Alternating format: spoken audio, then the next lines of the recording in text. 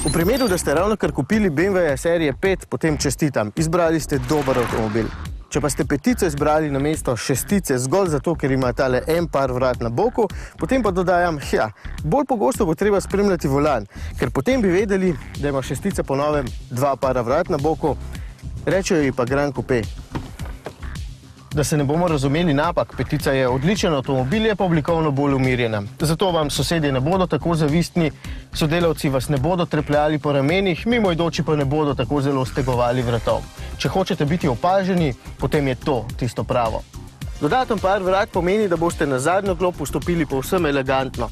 Več kot 11 cm daljša medosna razdalja, pa da je tule zadaj dovolj prostora.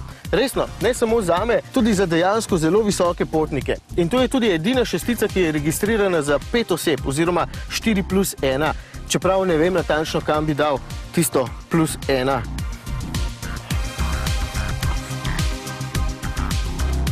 Morda takole.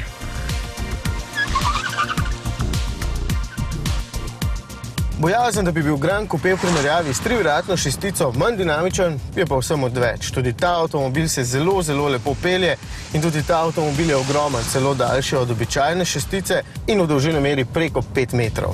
Tudi motorji so enaki, poleg 6- in 8-valjnega bencinarja, ki smo ju že imeli na testu, je tudi tukaj na voljo še 6-valjni dizelski motor. Ampak resno, vzemite bencinarja. Tako ali tako boste za avtomobil morali odšteti vsaj 83 000 evrov, kar pomeni, da poraba res ne bi smela biti pomembna postavka. Za tiste, ki želite biti diskretni, bo petica še vedno prava izbira. Za prave divjake bo M3, za vse ostale, ki želite vrhunsko udobje, bolj umiren karakter in veliko opaznosti, pa vsekakor priporočam tole.